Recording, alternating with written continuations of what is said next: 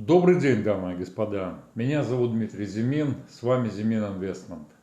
Важный вопрос. Будет банковский кризис в России или нет? Пострадают ли депозиты и накопления российских граждан в банках или нет? Смогут ли банки выплачивать проценты по депозитам или не смогут? Сегодняшняя тема волнует всех, кто ведет бизнес в России, кто имеет депозит или счет в российских банках. Это видео содержит важную информацию, и я надеюсь, ответит на некоторые интересующие и волнующие вас вопросы. Я прошу вас посмотреть его целиком, написать комментарий, подписаться на мой канал, поставить лайки. Так вы сможете помочь себе и другим получить больше качественной финансовой информации. Российские банки, собственно говоря, уже много лет спекулируют на трудностях в российской экономике, на санкциях, на запрете валютных переводов и вообще ведут себя как кровососы и чуть ли не враги к российской экономике, повышая комиссии по платежам, по переводам, и вы, собственно, выкачивая деньги из реального сектора экономики России. А совсем недавно российский банковский сектор бессовестно праздновал, буквально бахвальствовал историческим рекордом прибыли в 3,8 триллиона рублей. Все ли, собственно говоря, так спокойно в банковском секторе в России? Со временем банки глубоко зашли в нашу жизнь.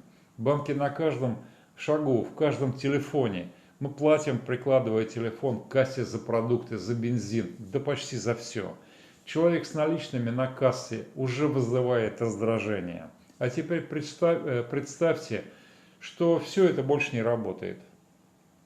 Платежи не проходят. Продукты, бензин и другие привычные товары уже не купить, потому что мы отвыкли от банального, от наличных денег. И всем нам сразу станет особо не по себе и не до смеху. Так в чем же дело? Нет интернета? Ну вам ответят, что интернет нет, просто это банк не работает. Может ли такой сценарий стать реальностью?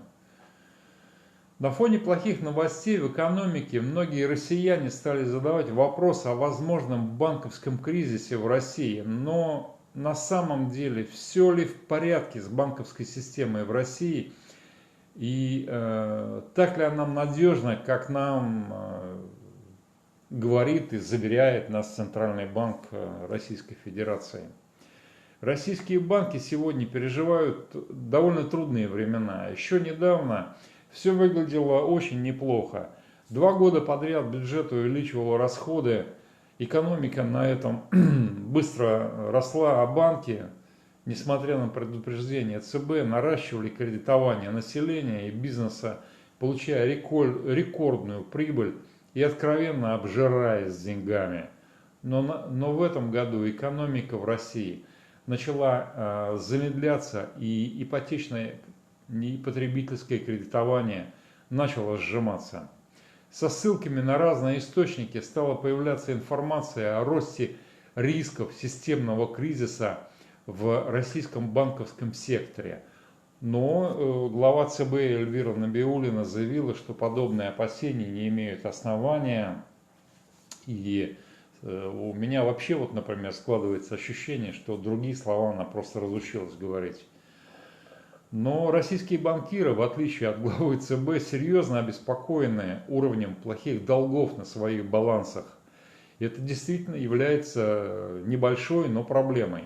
Они делятся своей тревогой по поводу роста доли проблемных клиентов, которые срывают погашение кредитов в условиях высоких процентных ставок. При этом банкиры умалчивают, конечно же, о том, что вслед за повышением ставки ЦБ они увеличивали ставки по кредитам заемщикам, а когда те уже не могли платить, то банки забирали их собственность, так сказать, занимаясь таким образом откровенным рейдерством. На этот факт неоднократно обращал внимание экономист, академик Сергей Юрьевич Глазьев. Но вот такое обращение почему-то не застряло внимание. Если разобраться, то страхи банкиров хорошо объяснимы. За 3 года санкций российский банковский сектор пережил трансформацию, и теперь проблемы преследуют даже крупные банки. На фоне санкций и изгнания западных инвесторов российский банковский сектор сжался до буквально базовых функций: кредитование, депозиты и участие в госпрограммах. И на этом все. Все, что раньше приносило банкам приличный доход, перестало работать из-за санкций. А еще говорят, что санкции не работают. До начала СВО крупный банк смог зарабатывать до 10% прибыли только на обмене валют. После сворачивания внешней торговли это направление обнулилось. Банкам ничего не остается, кроме как зарабатывать на кредитовании клиентов внутри России. И в течение, собственно, пары лет все шло хорошо. С одной стороны, высокие ставки ЦБ, Центрального банка России, обеспечивали приток клиентов в депозиты. С другой стороны, рост, вызванный бюджетным стимулированием, поддерживал так или иначе потребительское ипотечное кредитование по еще высоким ставкам. Но в прошлом году это, собственно, принесло рекордные 3,8 триллионов рублей прибыли. И по сравнению с 2023 годом прибыль все-таки выросла. И выросла, как говорят банки, значительно, на 20%. Кстати, такой рост кредитования в России не нравился ЦБ. И он рассматривал его как один из источников инфляции, пытался ограничивать его ростом ключевой ставки и ужесточением требований к заемщикам. К концу прошлого года ЦБ добился своего, и бурное рост кредитования стал замедляться. Но банкам нужно продолжать зарабатывать, они уже просто привыкли. Но ограниченное число заемщиков и высокие ставки, не дающие снижать стоимость кредита, очень скоро дали о себе знать, и банкам ничего не остается, как привлекать новых заемщиков, снижая к ним требования. Условия смягчались через увеличение суммы и срока кредита или снижение требований к обеспечению. А это рискованно и ведет и привело к неплатежам по кредитам. При высокой ставке Центрального банка хорошие кредиторы занимать не хотят, а экономическая эффективность замедляется и, в общем-то, заметно. В итоге сейчас, если у тебя бизнес с нормальным доходом и тебе можно выдать кредит с минимальным обеспечением, то банки за тобой буквально бегают по пятам, навязывая свои кредиты, которые, собственно, тебе вообще не нужны. В результате банки оказались в ситуации, когда вкладчики, привлеченные высокими ставками, несут деньги на депозиты, а вот выдавать кредиты уже некому. И это проблема. Это проблема для банков на сегодня и довольно серьезная. Сбер с начала этого года не профинансировал ни одного нового инвестиционного проекта, на что сам Герман Греф слезно жаловался на экономическом форуме в том же Питере. А пару месяцев назад он же жаловался президенту России Владимиру Путину, что льготная ипотека вообще является для его банка бездоходной, либо вообще имеет отрицательную доходность. В России госмонополии вообще привыкли жаловаться и клянчить помощью государства. Банкирам стало труднее зарабатывать, но потеря устойчивости банковскому сектору в России не грозит. Капитала у них предостаточно, чтобы покрыть большую часть проблемных долгов. Тем временем рынок кредитования, будем называть свои вещи своими именами, будет замедляться и дальше. Хотят того банки или нет.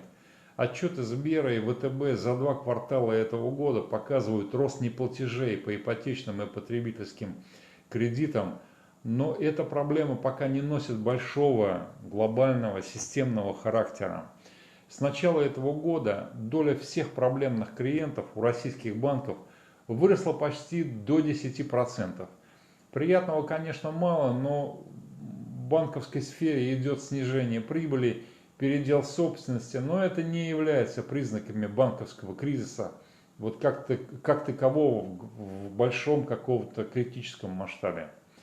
Тем временем инфляция в России уже перешагнула порог в 25%. И это вообще значит, что получая доходность 19% по депозиту, что является максимум, вы продолжаете стремительно обесценивать свои накопления. Поэтому я не рекомендую вам хранить рубли на депозитах. Необходимо действовать, нужно искать инструменты, которые защитят ваш капитал от инфляции и валютных рисков. Оставлять деньги на депозитах не имеет смысла, поскольку инфляция уничтожает их стоимость со скоростью 2% в месяц. Только задумайтесь. Если вы хотите услышать мою личную рекомендацию, то вот она. Первое. Нужна защита от непомерно высокой инфляции в России. Я считаю, что лучшей защитой является покупка наличного доллара. Далее вам нужно инвестировать ваши доллары и получать доход в долларах.